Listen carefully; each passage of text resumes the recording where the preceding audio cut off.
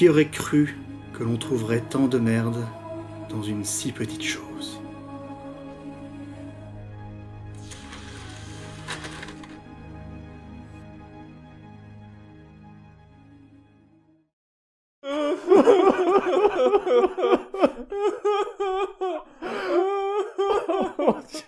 Oh, qu'est-ce que c'était que cette merde? Je sais pas pourquoi ils ont fait ça, Greg. La mer du Nord. Allô? L'heure est venue. C'est-à-dire? L'heure est venue. Mais qui est à l'appareil? Dis que je suis pas là. L'heure est venue de parler de Donjons et Dragons, le film. Non. Non.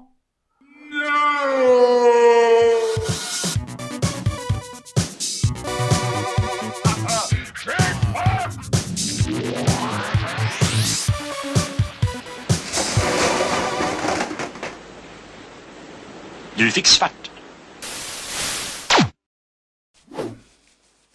Voilà un de ces nanars qui va être difficile d'appréhender seul. C'est pourquoi on a décidé, avec IcoZedre, de faire ça en 2 vidéos distinctes sur nos 2 chaînes. Du coup, il y aura un lien pour la suite à la fin de cette vidéo, si jamais vous ne l'avez pas déjà vu, parce que les 2 vidéos peuvent se regarder dans n'importe quel ordre. Et heureusement que t'es là, hein, parce qu'on sera pas trop de 2 pour tacler ce film. De 3. Eh ben oui. On est 3. Ou de 4, hein, moi aussi je peux jouer à ce petit jeu-là.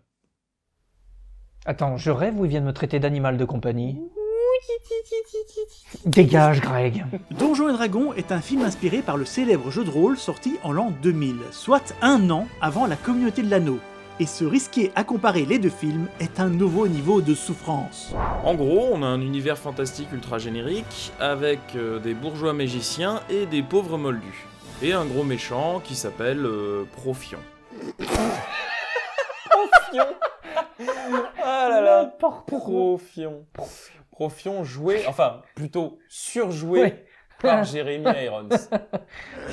J'utiliserai toute la rage qui est en toi. Approche. J'ai dit suis-moi. Notez que si Jeremy Irons acceptait de faire ce film, c'est parce que... Hop, 2 secondes. Les coulisses, c'est notre vidéo. Ah oui. Donc, restons sérieux et passons directement au dragon.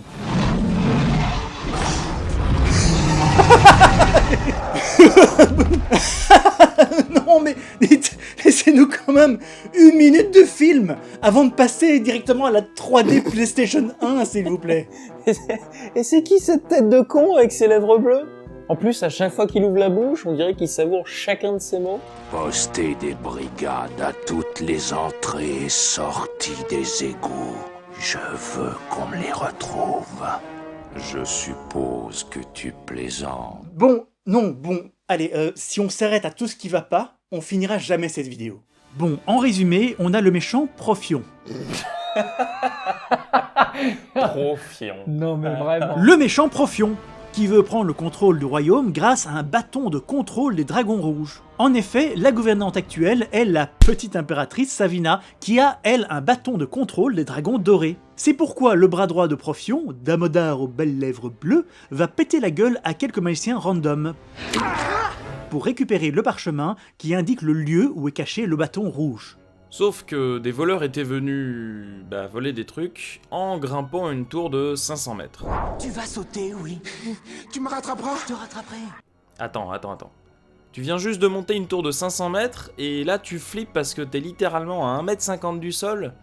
Bref, la magicienne Marina s'enfuit alors avec le parchemin et les voleurs, parce que ils étaient là, et ils tombent par hasard sur un nain qui les rejoint sans raison apparente, et bam, ça fait un groupe de jeu de rôle. Bah, c'est un bon début, moi, je trouve. On a 2 voleurs, une magicienne et un nain. Y a de quoi faire une bonne partie avec ça. Je prends quel perso, moi, du coup? Non. Ça ressemble à une partie de jeu de rôle, mais là on est dans un film. Du coup ça marche pas du tout. C'est-à-dire? Eh bien, certaines choses marchent dans certains médias et pas dans d'autres médias. Dans une série, un roman, un jeu de rôle, etc., on a tout notre temps pour développer un certain nombre de personnages. Dans un film, on a généralement moins de 2 heures et il faut donc absolument éviter les personnages inutiles. Chacun doit avoir un rôle bien précis pour faire avancer le scénario d'une façon ou d'une autre. Attends, Legolas et Gimli, ils ont pas beaucoup d'importance dans la trame du Seigneur des Anneaux, hein? Tu sous-entends que ce sont de mauvais personnages?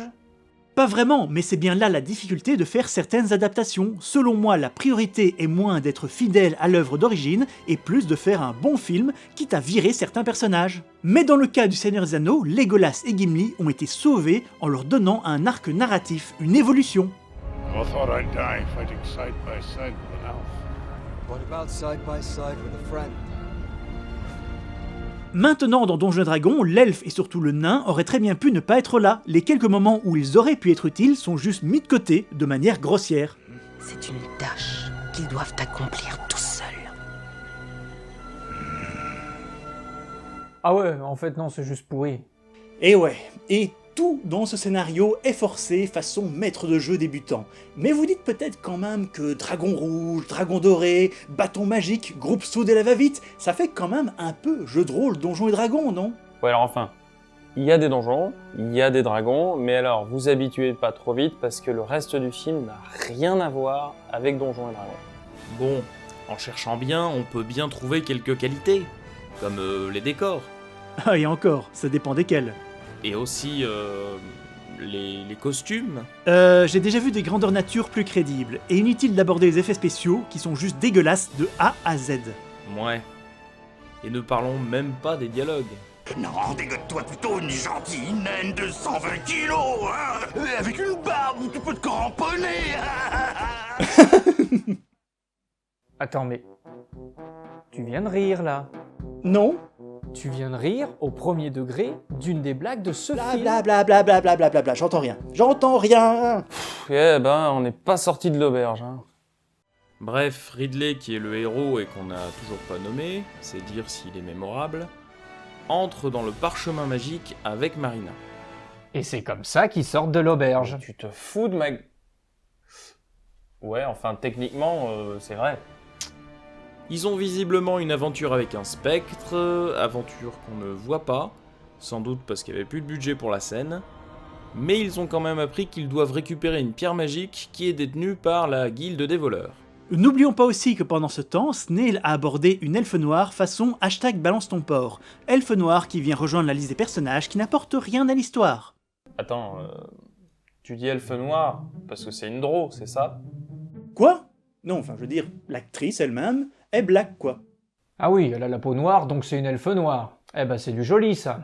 Non mais dis sérieux, en plus l'actrice, bon, moi je dirais qu'elle est métisse. De toute façon, on s'en fout parce que c'est pas la question, vu que les elfes noirs, les drow, ils sont pas noirs comme les humains sont noirs. Enfin, je veux dire, c'est un monde fantastique. Je veux dire, les elfes ils doivent pas être blancs à rien non plus. On choisit ce qu'on veut, on peut jouer ce qu'on veut. Je veux dire, dans les jeux de rôle grandeur nature, j'ai déjà vu des elfes de 130 kilos. Enfin, ils ont le droit, hein, des hobbits d'1m85. Moi ça me dérange pas. De toute façon, moi je vois pas les gens en termes de couleur et de body type. Moi je veux dire tout ça me dérange pas. C'est pas, je suis pas comme ça. T'es super gênant, mec. Bon, ça ira. Si on parlait plutôt du film et de gueule d'aubergine là. La gueule d'aubergine. Tu dis ça parce qu'il a la peau violette, hein? Ce serait pas un peu aubergophobe? Oh, vous m'emmerdez. Je vous l'ai dit, les étrangers ne sont pas les bienvenus. Mais elle est dans quel bestiaire, l'aubergine? Aucun, visiblement. Pourtant, quitte à mettre des créatures cheloues, c'est pas les monstres qui manquent pour faire un clin d'œil aux fans du jeu de rôle, hein. Bon, les voleurs leur demandent de passer une épreuve de ruse et d'agilité, bien que dans ce cas, on se croirait plutôt dans Fort Boyard. La clé, prends la Allez, clé, la clé. vas-y, Allez, c'est vas-y, ça, oui, prends la la clé, clé, va voilà, chercher la allez, clé, yes. elle est là, prends la clé, vas-y, prends la clé, va chercher, elle est là, Allez, elle est sors, là, tu vas-y, sors, prends, et allez, retourne dépêche, vers nous. dépêche, vite, Ridley récupère l'œil du dragon et les méchants débarquent. Ce qui est une bonne occasion pour voler la scène d'introduction d'Indiana Jones 2, mais en remplaçant l'antidote par le parchemin magique. Tu t'occupes du nain et moi de la fille. Ça me rappelle un film que j'ai vu il y a pas longtemps, mais ils avaient quand même moins de vêtements. On pourrait pas essayer de relever un petit peu le niveau des blagues? C'est pas l'elfe qui te faisait baver l'admiration. Ils se ressemblent tous pour moi. Ah, ouais. C'est pas un peu raciste, ça? Bon, il dure encore longtemps, ce film? Dans tout ça, on a oublié que Marina s'est fait enlever par Damodar, et elle se fait interroger. peux obtenir tous les renseignements dont j'ai besoin. Alors j'ai vu assez de hentai dans ma vie pour savoir comment ça va finir. Non mais sérieusement, on est censé être intimidé par Damodar? Parce que là, en plus de ses lèvres bleues, il a les oreilles qui deviennent toutes rouges, comme un bébé qui a attrapé un rhume, quoi. Tes amis se sont procuré l'œil du dragon. Bon, les héros doivent aller sauver la vie de la fille en danger, c'est pas du tout cliché. Et Ridley et Snail y vont sans l'aide des elfes et du nain parce que... C'est une tâche qu'ils doivent accomplir tout seuls.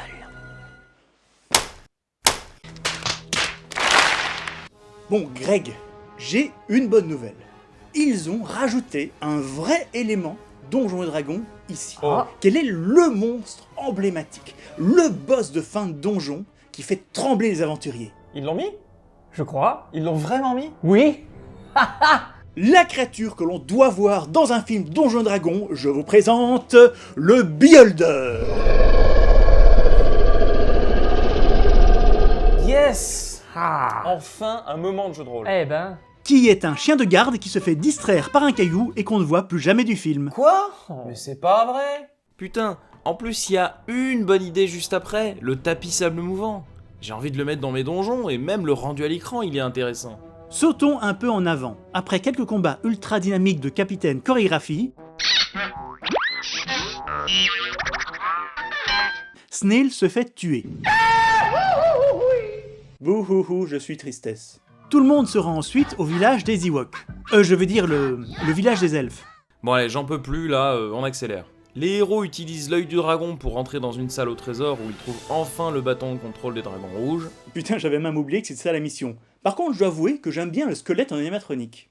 Quiconque utilise les pouvoirs du bâton connaîtra un horrible destin. Ouais, bah, on se raccroche à ce qu'on peut, hein. D'autant que la fin... Oh, la fin. Et vous savez à quoi ça ressemble un film sans aucun moyen tourné entièrement sur fond vert? Eh ben ça ressemble à ça. Ah putain, qu'est-ce que c'est moche. Ah ouais, mais c'est même plus le niveau PlayStation 1 là, c'est en dessous. Attends, mais c'était quoi le budget déjà? Non mais c'est de la souffrance visuelle à ce niveau. Mais ma grand-mère elle fait mieux avec Paint. C'est moi ou les effets Star Trek de notre dernier épisode sur Traveler, ils étaient mieux que ça? Bref, on en voit le bout. Profion. Profion. On s'y fera pas, hein. Profion récupère le bâton. Trade Damodar parce que son alignement est chaotique mauvais, je suppose. Jeremy Irons arrive à surjouer le surjeu. Mais pas la guerre! C'est la guerre des dragons, mais la petite impératrice trouve que la guerre c'est pas bien. Ridley prend à son tour le bâton magique et là on découvre, aux surprises, qu'il est un magicien. Chose qu'on savait depuis le début vu qu'il a lancé un sort pour entrer dans le parchemin.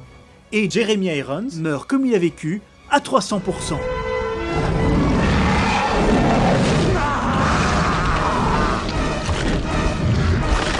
Snail est ressuscité, parce qu'apparemment Ridley est triglacé voleur mage prêtre, Thanos claque dans ses doigts, tout le monde est désintégré, fin.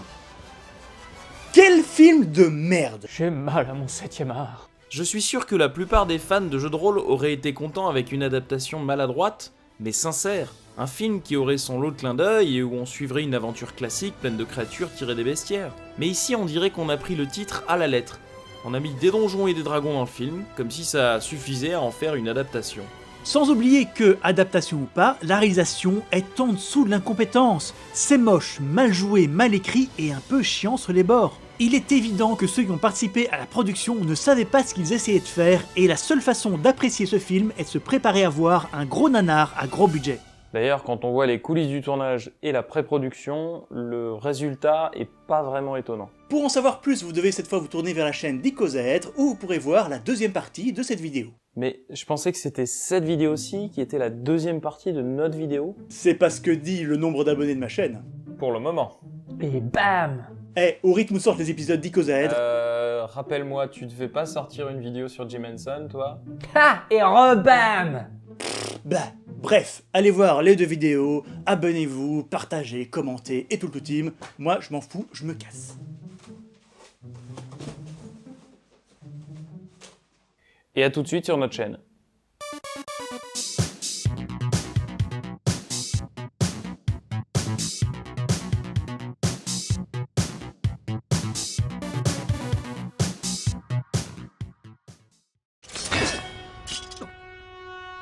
Dragons.